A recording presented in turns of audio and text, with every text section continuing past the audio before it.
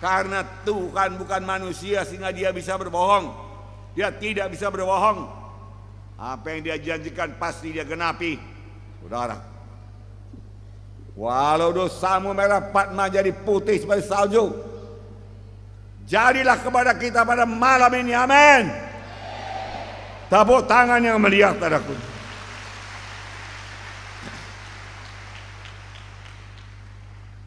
Sekarang Tuhan ini sudah di sorga. Saudara bertanya, bagaimana menerima kesembuhan? Banyak hamba-hamba Tuhan yang dikaruniai Tuhan karunia menyembuhkan. Banyak hamba-hamba Tuhan yang dengan yakin memberitakan firman Tuhan mengenai kesembuhan dan keselamatan jiwa. Maka firman Tuhan berkata, Tuhan meneguhkan berita mereka dengan kuasa dan tanda ajaib dan kesembuhan. Amin. Lukas 10 ayat 1 dan 2. Kemudian daripada itu Tuhan menunjuk 70 murid yang lain. Berapa, saudaraku? 70. Lalu mengutus mereka berdua-dua mendahuluinya ke setiap kota dan tempat yang hendak dikunjunginya. Katanya kepada mereka, tuaian memang banyak, tetapi pekerja sedikit. Karena itu mintalah kepada Tuhan yang punya tuaian supaya yang mengirimkan pekerja-pekerja untuk tuaian itu. Ayat 9, dan sembuhkanlah orang sakit yang ada di situ, dan katakanlah kepada mereka, kerajaan Allah sudah dekat. Saudaraku yang kasih dalam nama Yesus, saya selalu berkata ini sudah akhir daripada akhir zaman. Apakah artinya? Kerajaan Allah sudah dekat. Yesus akan datang kedua kali. Masih banyaklah, sekali lagi, masih banyak sekali jiwa-jiwa yang belum lahir baru. Itu sebabnya Tuhan memanggil kami untuk memberitakan kabar keselamatan.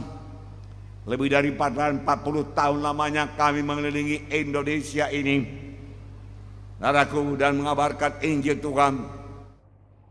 Pemberitaan Injil yang kami sampaikan bukan dengan perkataan saja, tapi pemberitaan Injil yang kami sampaikan disertai dengan kuasa dan tanda ajaib, kesembuhan dan keselamatan jiwa-jiwa. Amin.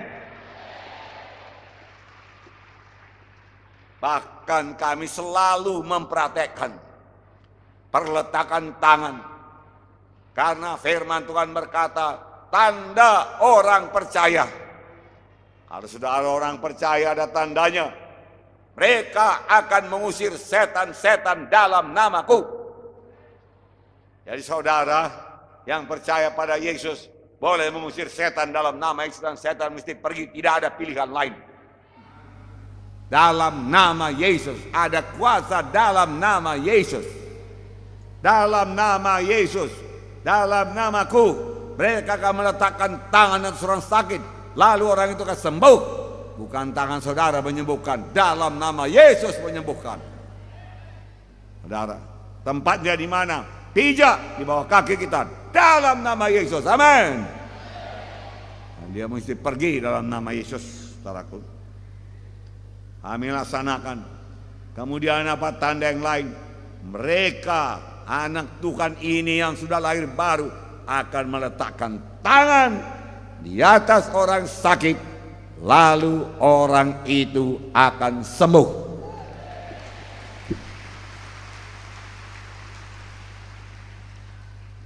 Bukan hanya pendeta, bukan hanya penginjil.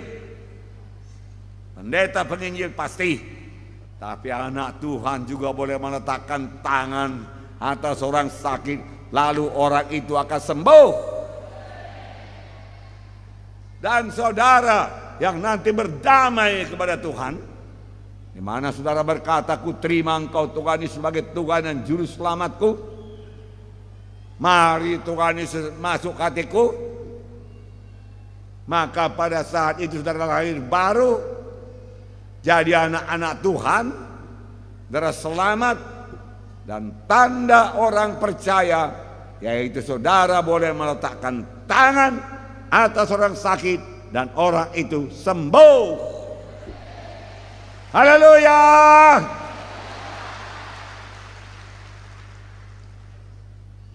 Ini akan membawa penerobosan dalam pekabaran Injil.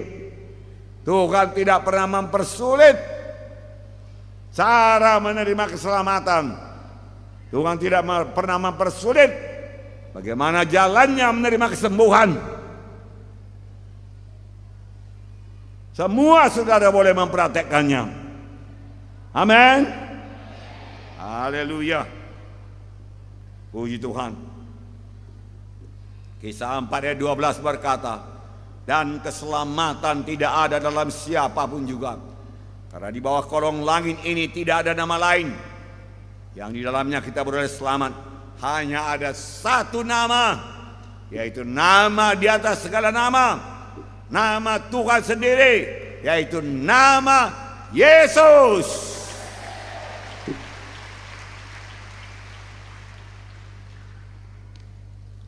Tuhan Yesus berkata, akulah jalan dan kebenaran dan hidup.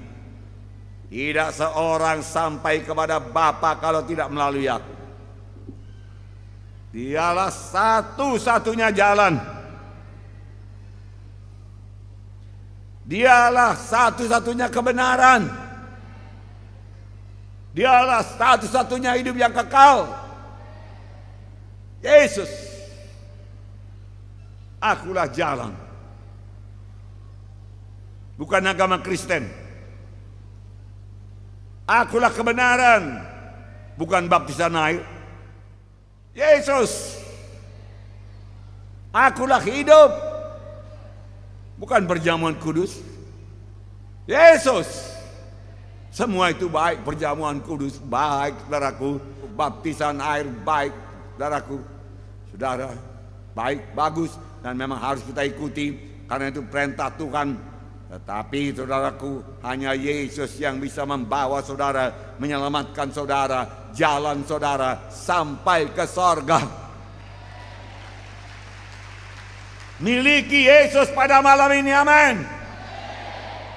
Katakan apa yang saya katakan. Saya percaya hanya Tuhan Yesus jalan ke sorga. Hanya Tuhan Yesus kebenaran. Hanya Tuhan Yesus kehidupan. Saya percaya pada Yesus. Dan saya terima Yesus masuk dalam hati saya. Jadi Tuhan saya, juru selamat pribadi saya. Maka sekarang saya sudah selamat. Amin. Oh, haleluya.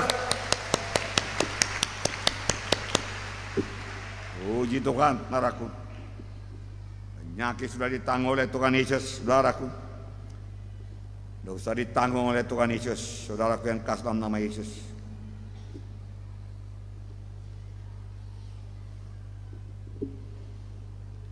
Yesus sudah disengsarakan, supaya saudara tidak perlu disengsarakan lagi, saudara. Sebelum Tuhan Yesus mengangkat salib dari Yerusalem ke Golgota, Daud Romawi mengikat dia pada tiang, membuka jubahnya, membuka bajunya, mulai mencambuk dia 39 kali. Stop.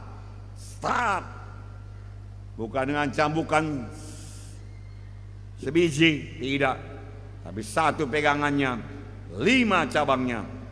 Dan di cabang-cabang itu diikatlah benda-benda tajam, tulang-tulang yang tajam,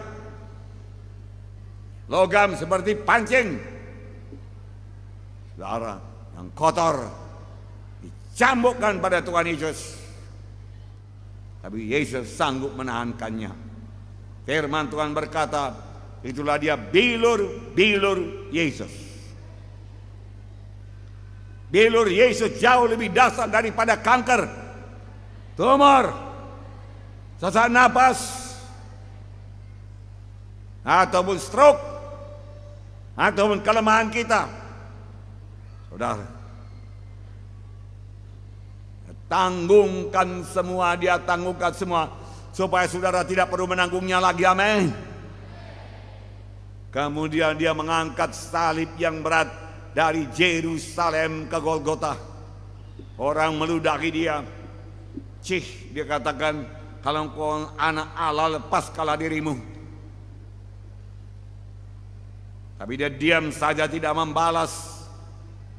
Saudara, sampai dia tidak sanggup lagi dan jatuh ditimpa salib. Lalu saudaraku Simon dari Kirene, saudaraku, membantu dia mengangkat salib tersebut sampai ke Golgota. Diberikan mahkota duri kepadanya. Duri itu tajam, saudaraku. Kemudian dia mulai mengangkat salib. Di salib itu tangannya dipaku, kaki dipaku.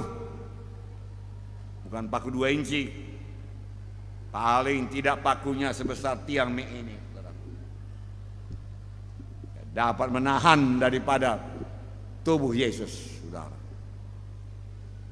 Menderita,